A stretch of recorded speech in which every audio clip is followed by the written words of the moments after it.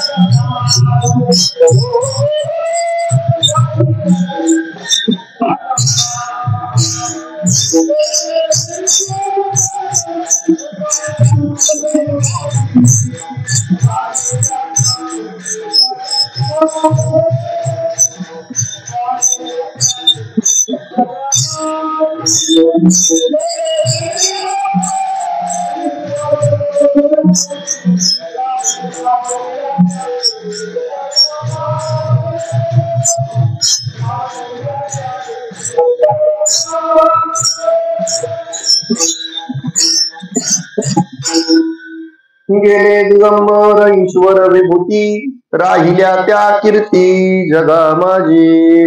अर्थात महाराज सांगतात की अशा पद्धतीची असणारी जी कृतज्ञ मंडळी असतात ती जरी या लोकाचा त्याग करून गेली तरी देखील महाराज म्हणतात कीर्ती रूपाने मात्र ते शिल्लक असतात. आणि असं एक जीवन म्हणजे ज्यांच्या पुण्यस्मरणाच्या निमित्ताने आपण इथं सर्वजण जमलेलो आहोत ते कृतज्ञतेचं उपकारी जीवन असणारं ज्यांचं जीवन आहे. अर्थात कृतज्ञतेचं जीवन जर आपण जगलो तर या लोकातून अनेक मंडळींचं आपणाला उदाहरण दाखला म्हणून जर पाहायचं झालं तर अनेक पुरुष आहेत, अनेक मंडळी आहेत, अनेक महात्म्य आहेत नाही का की ज्यांचं उपकारी जीवन आहे आणि तेही आज कीर्ती रूपाने अजरामर झालेले आपल्याला पाहायला भेटतात. देशाच्या ऋणातून उतराई होण्याकरता अनेकांनी प्रयत्न केले तेही आज कीर्ती रूपाने शिल्लक आहे. आपल्या राज्याच्या आपल्या भूमीच्या ऋणातून उतराई होण्याकरता अनेकांनी प्रयत्न केलेले आहेत, अनेक महापुरुष होऊन गेलेले आहेत नाही का. उदाहरणार्थ छत्रपती श्री शिवाजी महाराज असतील नाही का, जरी ते आज गेले तरी देखील कीर्ती रूपाने शिल्लक आहे. राज्याच्या धर्माच्या ऋणातून उतराई होण्याकरता ज्यांनी प्रयत्न केला छत्रपती श्री संभाजी महाराज असतील, जरी ते गेलेले असले आज आमच्यातून या देहाने तरी देखील कीर्ती रूपाने मात्र ते आज अजरामर आहे.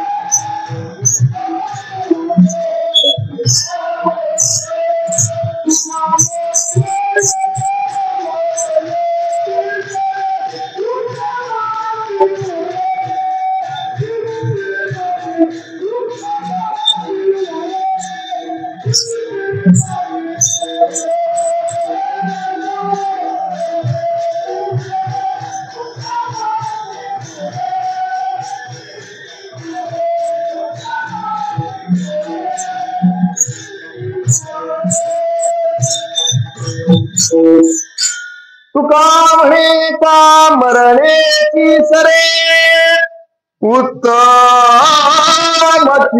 रे कीर्ती मागे. महाराज सांगतात की अशी असणारी उत्तम कीर्ती आपली शिल्लक राहत असते, पण कधी जेव्हा आमचं जीवन हे कृतज्ञतेचं उपकारी असेल तेव्हा. विठाला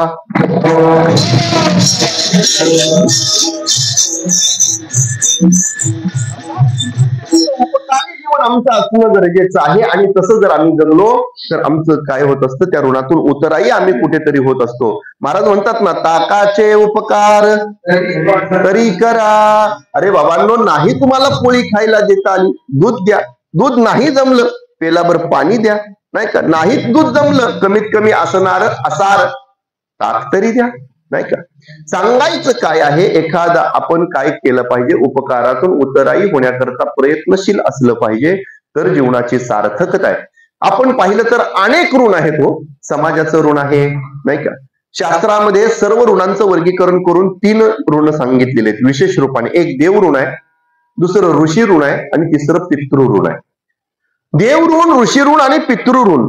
देवाचं ऋण मानायचं का न मानायचं, तर मानावं लागतं. का, कारण त्या भगवान परमात्म्याने आम्हाला हा नरदेह जर दिलेला असेल तर त्या परमात्म्याचे ऋण आम्हाला मानावे लागतात हो नाही का. परमात्म्याचे ऋण मानावे लागतात. आता काही मंडळी म्हणतील महाराज लोक देवच मानायला तयार नाही, देवाचे उपकार कोणी मानायचे नाही. परंतु देव नाही असा म्हणणाऱ्याला सुद्धा देव आहे हे मानावं लागतं, नाही का? आता त्याचे अनेक वेगवेगळ्या प्रक्रिया आहेत, अनेक प्रकार, अनेक उदाहरणं आहेत. जास्त तिकडे मला जात बसायचं नाही. आता सांगायचं काय आहे की देव आहे आणि ते आम्हाला मानावं लागतं. अगदी सर्वांना एकाच दृष्टांताने जर सांगायचं झालं, एक मुलगा आणि वडील, बाप होता तो मात्र देव मानायला तयार नव्हता, मुलगा थोडा शिकलेला, परमार्थिक अभ्यासू, भक्ती संप्रदायामध्ये वाहून घेतलेला, तो मात्र भगवंताची भक्ती करणारा, देव मानणारा, आणि वडील मात्र नास्तिक, देव न मानणारा. एका दिवशी हे असणारे परमात्मा आहे तो म्हणायचा का या सर्व सृष्टीला उत्पन्न केलं म्हणून परमात्मा आहे. बाप म्हणायचा अरे अणु असणारे ते एक एक कण एकत्र येतात आणि सृष्टी आपोआप होते, त्यासाठी देवाची गरज थोडीच आहे म्हटला. बरं तू देव आहे म्हणतो, त्याला कधी पाहिलं का? तो कधी तुला बोलला का? तो तुझ्या हातून कधी जेवला का? तुला कधी दिसला का? मग तू देव आहे मानतो कसं काय? जे गोष्ट दिसत नाही, पाहत नाही, बोलत नाही, चालत नाही, डोलत नाही, ती आहे म्हणायचं कसं काय? मग ही सृष्टी झाली कशी काय? म्हटलं आपोआप झाली, आपोआप झाली. मुलाला काय पटेना, तो म्हटला बाबा तसं म्हणता येणार नाही. मग येणार नाही म्हटल्यावरती दोघांची चर्चा झाली. तो म्हटला अरे आपोआप झाली असं आपल्याला म्हणता येणार नाही, त्या परमात्म्यानं केली असंच म्हणावं लागतं. बाप ऐकायला तयार नाही. मग मात्र असणारा बाप कामावरती निघून गेला. संध्याकाळची वेळ झाली, कामावरून घरी आला. घरी आल्याबरोबर त्याचे असणाऱ्या मुलाने ते असणारं एक सुंदर चित्र काढून टेबलावरती ठेवलेलं. बापाने ते आल्याबरोबर पाहिलं. पाहिल्याबरोबर म्हटलं वा काय सुंदर चित्र काढलंस. तो म्हटला बाबा मी नाही काढलं. मग कोणी काढलं? तो म्हटला कोणी काढलं? म्हटलं काढलं कोणीच नाही. मग झालं कसं काय? म्हटलं सोसाट्याचा वारा सुटला, सर्व असणारे घरातील कागद वगैरे इकडे तिकडे उडाले. म्हटलं टेबलावरती येऊन बसले, चार दगड उडाले, चारी बाजूला बसले, रंगीबिरंग असले सगळे आकाशामध्ये उडाले आणि त्याच्यापासून एक सुंदर चित्र तयार झालं. म्हटलं बाप म्हटला अरे वेडा वेडा झाला काय? डोक्यावर परिणाम झाला काय? वारा सुटला, सोसाट्याचा कागद उडाले, दगड चारी बाजूला आले, चित्र आपोआप झालं म्हणतो, असं शक्य आहे का? होईल का? होणार नाही म्हटला. मग तो म्हटला हे आपोआप होणं बरोबर नाही, त्याचा चित्रकार कोणीतरी लागेल तेव्हा चित्र बनवणं होईल, तोपर्यंत होणार नाही. मुलगा म्हटला चित्रकाराविनाशिवाय तुम्ही चित्र होणार नाही म्हणता, कुंभाराशिवाय घट होणार नाही. म्हणजे एखादा आम्हाला डेरा तयार करायचा असेल तर त्यासाठी आधी कोणीतरी बनवणारा कुंभार आम्हाला लागतो.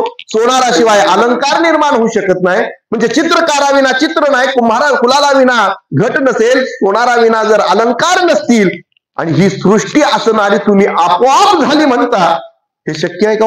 अहो साधं चित्र काढायचं म्हटलं तर त्याला चित्रकार लागतो आणि जग आपोआप झालं म्हणणं शोभतं का? नाही शोभणार ना.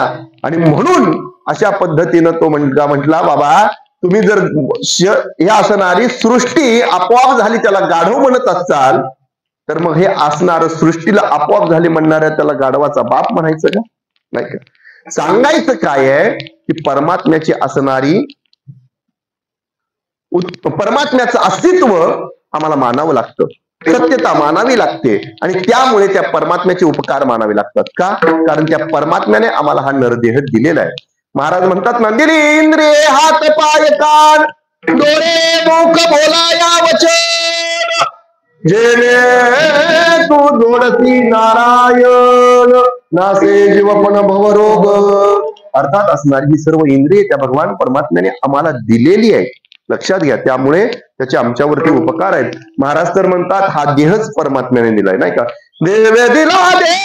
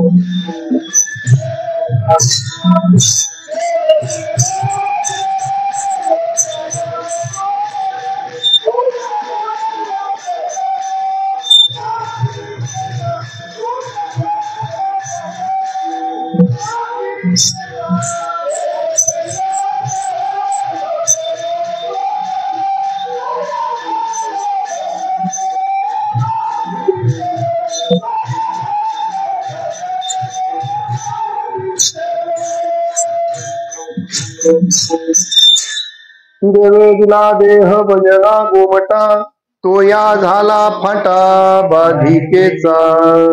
महाराज सांगतात की असणारा हा नरदेह त्या भगवान परमात्म्याने आम्हाला दिलेला आहे. मग जर दिलेला असेल तर त्याचे उपकार मानायचे का नाही बोला. पण तोही कसा दिला? फ्री ऑफ कॉस्ट, नाही का? त्याच्या बदलात आम्हाला एवढंच द्या असं काय आहे का? काहीच नाही. अहो आज जर आम्ही बघितलं, खायचं म्हटलं तरी टॅक्स, प्यायचं म्हटलं तरी टॅक्स, घरी न्यायचं म्हटलं तरी टॅक्स. आम्हाला दिल्याशिवाय एक गोष्टही भेटत नाही. आणि त्या परमात्म्याने आम्हाला हा जो नरदेह दिला, काही सामान्य आहे का? अनमोल असणारा नरदेह आहे. किती अनमोल आहे? देव दुर्लभ, देवांना मिळवायचं म्हटलं तरी मिळत नाही, एवढा अनमोल नरदेह त्या परमात्म्याने आम्हाला दिला. त्याच्या बदलामध्ये त्याने आम्हाला काय मागितलं? या शरीराने तुम्ही एवढं चाललात, या डोळ्याने एवढं तुम्ही जग पाहिलं, त्याचा टॅक्स एवढा, त्याचं बिल एवढं झालं. हा, या कानाने तुम्ही आजपर्यंत एवढं ऐकलेलं, या तोंडाने एवढं बोललेलं आहात, या हाताने एवढं काम केलेलं आहे, या पायाने एवढं चाललंय, त्याचं एवढं बिल. काय दिलं? काय आम्ही काय दिलं? अर्थात काही सुद्धा नाही. असा जर नरदेह त्या भगवान परमात्म्याने आम्हाला दिलेला असेल तर त्या परमात्म्याचे ऋण आम्हाला मानावे लागतात.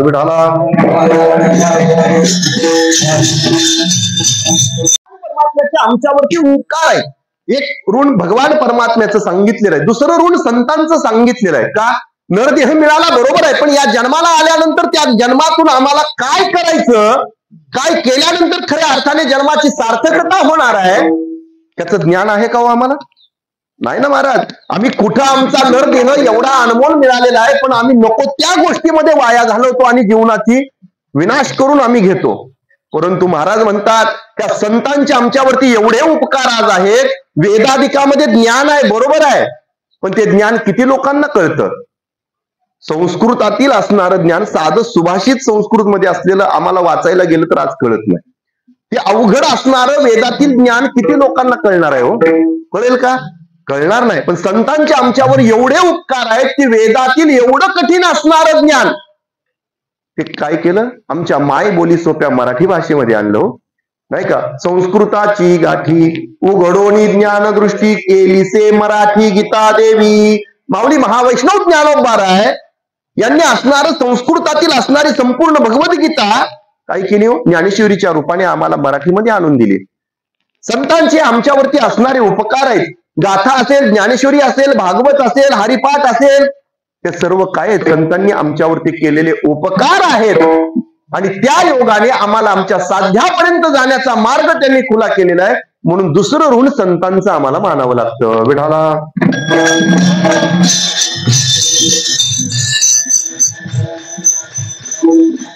रस्त्याने आम्ही चालत असलो तरी देखील चालतो कोणत्या रस्त्याने हे महत्वाचं आहे. जायचंय पंढरपूरला, निघाला पुण्याच्या दिशेने, कधी पंढरपूर भेटणार आहे? हा, भेटणार नाही ना. म्हणून मार्ग दावणी गेले आधी दयानिधी संत ते तेनेची पंथे चालू जाता न पडे गुंता कोठे काही. अर्थात त्यांनी आम्हाला मार्ग दाखवून दिलेला आहे आणि ते मार्ग दाखवणारा फार महत्वाचा असतो. नाहीतर मनुष्य अशा आडरानामध्ये जाऊन किती गुंतून कुठे पडेल आणि कोणत्या आडरानातील कोणत्या अंध कुपेमध्ये म्हणजे अंधाराने भरलेल्या विहिरीत आम्ही पडेल आणि जीवनाचं विनाश होऊन जाईल हे सांगता येत नाही. पण योग्य मार्ग दाखवल्यामुळे योग्य ठिकाणापर्यंत पोहोचण्याची योग्यता आमच्या ठिकाणी येते. त्याचं कारण आहे संत महात्मे. म्हणून दुसरं ऋण आम्हाला संतांचं मानावं लागतं. एक देवाचं ऋण आहे, दुसरं संतांचं ऋण आहे, आणि तिसरं सर्वात महत्वाचं मनुष्यावरती येणारं ऋण कोणतं असेल तर ते पितृ ऋण आहे. म्हणजे आपल्या वाडवडिलांचं असणारं ऋण आहे. ज्या आई वडिलांनी आपल्याला जन्माला घातलेलं आहे त्या आई वडिलांचे आमच्यावरती उपकार असतात महाराज. ते आम्हाला मानावे लागतात. का? कारण जन्माला आल्यानंतर लहानाचं मोठं करणं, त्याला सांभाळणं, जीवापाड प्रेम करणं, जीवापेक्षा अतिहून जपणं सामान्य आहे का? तर हातावरच्या फोडाप्रमाणे त्याला जपायचं, लहानाचं मोठं करायचं, चांगले संस्कार द्यायचे आणि त्याच्या पायावरती ज्यांनी उभा केलेला आहे त्या आई वडिलांचे उपकार मानावे लागतील का नाही? निश्चित आम्हाला मानावे लागतील महाराज. कारण त्या लहान बालकाला चालता येत नाही हो, तर त्याची आई चालता येत असतानाही त्याच्या हाताला धरून काय करते? चालते. बाळकाचे चाली माता जाणून पाऊल झाली.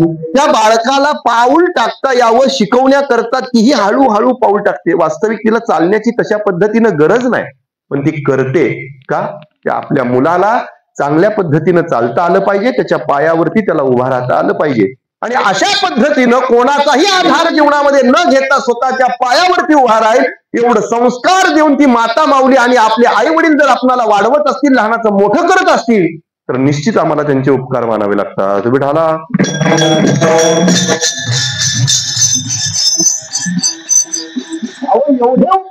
एवढे उपकार आहेत की आम्ही जे आज आहोत ते त्यांच्यामुळे आहोत, हे माणसाच्या लक्षात आलं पाहिजे. आजकाल आपण जर पाहिलं हे वृद्धाश्रम नाही का एवढे वाढत चाललेले आहेत, हे दुर्दैव आहे. वृद्धाश्रम निर्माण केलं, आम्हाला चांगलं वाटतं, आम्ही चालवतो, त्याचा अनेक देणगी देतात, ते चांगलं आहे, पण ते होणं वाईट आहे नाही का. कारण ती वेळ आपल्यावरती आली नाही पाहिजे. जर आपल्याला संस्कार असतील काय म्हणून ते आई वडिलांना तिथं आहे, हे जाणीव नसण्याचं महत्वाचं कारण आहे. लक्षात घ्या, त्या आई वडिलांनी आपणाला जर जन्म दिलेला असेल तर त्यांचे ऋण आहेत. अहो, रस्त्याने एखादं बालक निघालं, रडायला लागलं, पाय दुखायला लागले, तर ती आई कमरेवरती घेते, स्वतः अनवाणी पायानं चालते, आणि वडील म्हटले त्याला आपल्या खांद्यावरती घेतो. का तर जे जग आपणाला दिसतं त्याच्याही पुढचं त्याला पाहता यावं म्हणून बाप आपल्या खांद्यावरती घेऊन आपल्या मुलाला फिरत असतो. असं प्रेम जगतामध्ये करणारं दुसरं कोणी नाही, हे आई वडील असतात. म्हणून तिसरं ऋण हे पितृ ऋण आई वडिलांचं मानावं लागतं. विठाला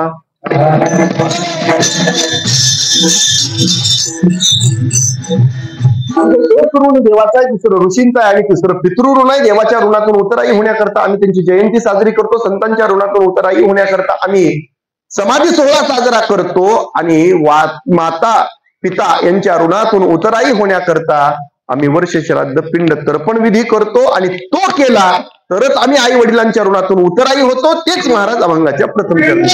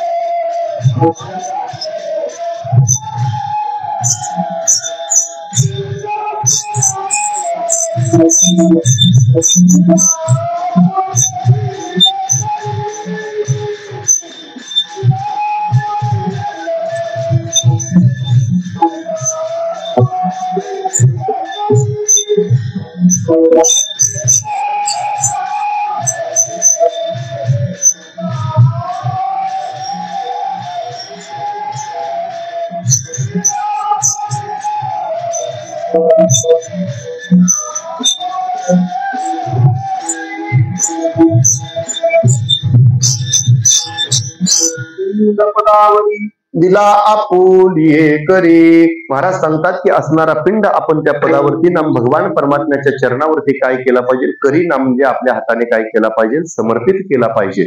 पिंड पदावरी दिला आपुलिये करे. महाराज म्हणतात हा व्यवहारिक पिंड जशा पद्धतीनं आपण अनेक वेगवेगळ्या पदार्थापासून बनवतो, ऐका, त्या अनेक पदार्थापासून बनवलेला व्यवहारिक पिंड जशा पद्धतीनं भगवान परमात्म्याच्या चरणावरती आम्ही समर्पित करत असतो, तशा पद्धतीनं थोडस आध्यात्मिक पद्धतीनं तत्वदृष्टीनं जर बोलायचं झालं तर या देहाला देखील काय म्हटलेलं आहे, पिंड म्हटलेलं आहे. का कारण हा देह देखील एका गोष्टीपासून निर्माण झालेला नाही तर अनेक गोष्टीपासून बनलेला आहे, नाही का.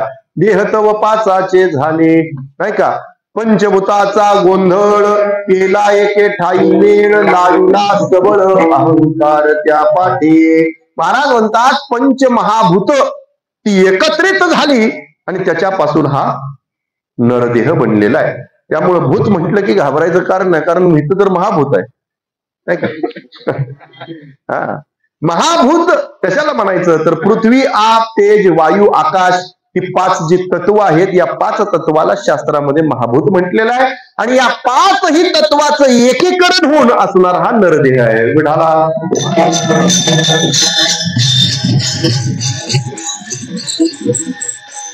5ही तत्वांपासून जर बनलेला असेल तर तो एकापासून आहे का अनेकापासून आहे? मग अनेकापासून आहे. आणि जसा व्यवहारिक पिंड देखील अनेकापासून आहे, म्हणून या ठिकाणी याचं हे रूपक आहे असं आपल्याला म्हणता येतं. मग असणारा नरदेहरूपी पिंड विचाररूपी कराच्या माध्यमातून भगवान परमात्म्याच्या चरणावरती समर्पित करणं म्हणजे पिंड पदावरती देणं आहे. विठाला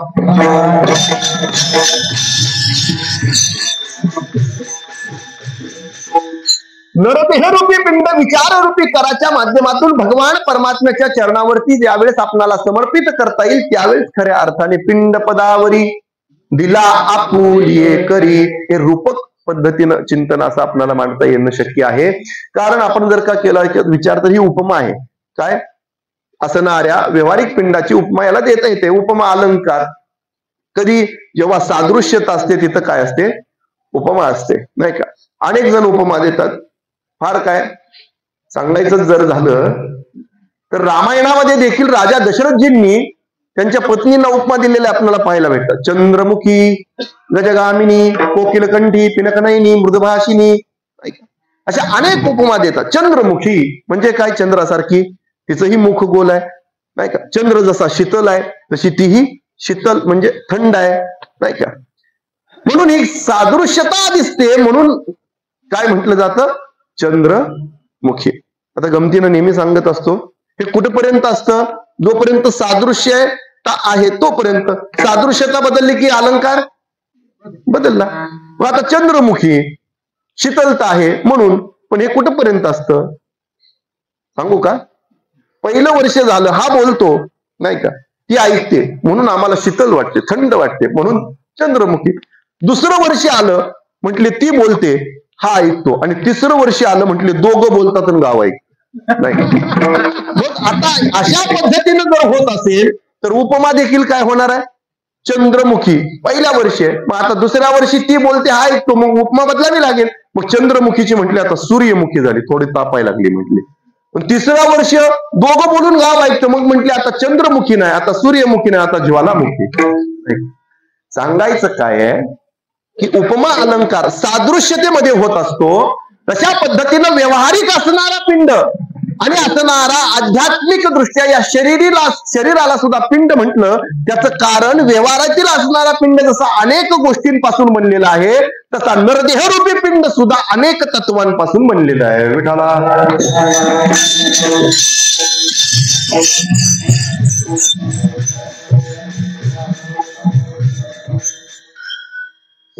शरीर रूपी पिंड सुद्धा काय झालेला आहे? अनेक तत्वांपासून बनलेला आहे, म्हणून त्याला पिंड म्हटलं जातं. आणि मग त्या पिंडाची सार्थकता कधी आहे तर विचाररूपी कर म्हणजे विचारांचं असणारी ओंझळ, आणि त्या ओंझळीतून भगवान परमात्म्याच्या चरणावरती जेव्हा आम्ही हा असणारा नरदेह समर्पित करावा तेव्हा खऱ्या अर्थाने पिंड पदावरी दिला आपुलिये करी अशा पद्धतीने आपल्याला म्हणता येईल. आणि अशा पद्धतीने जर आम्ही समर्पित केला तर होईल काय?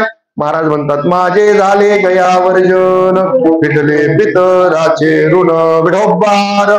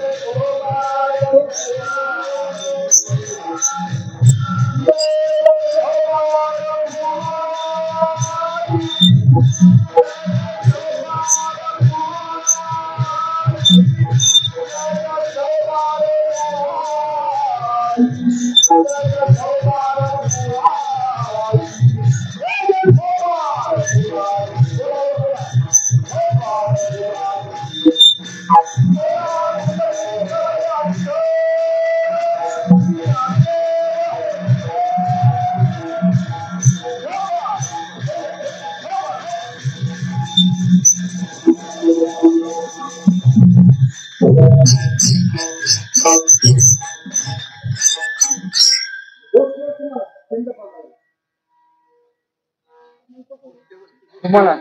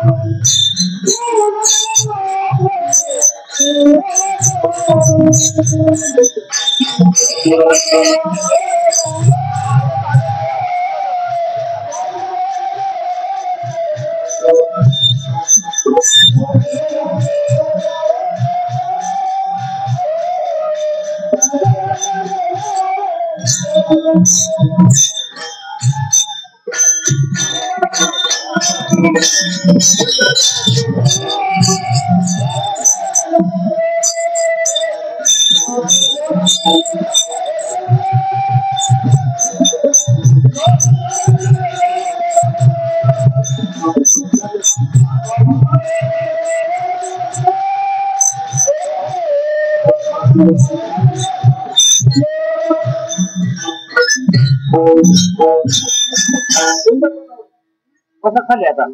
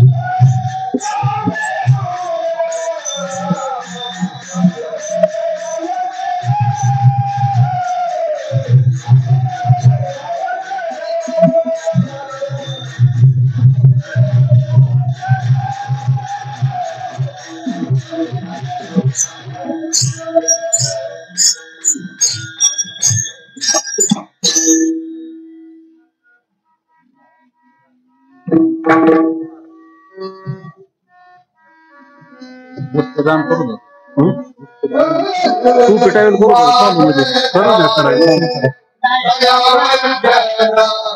आणि चाली झालं की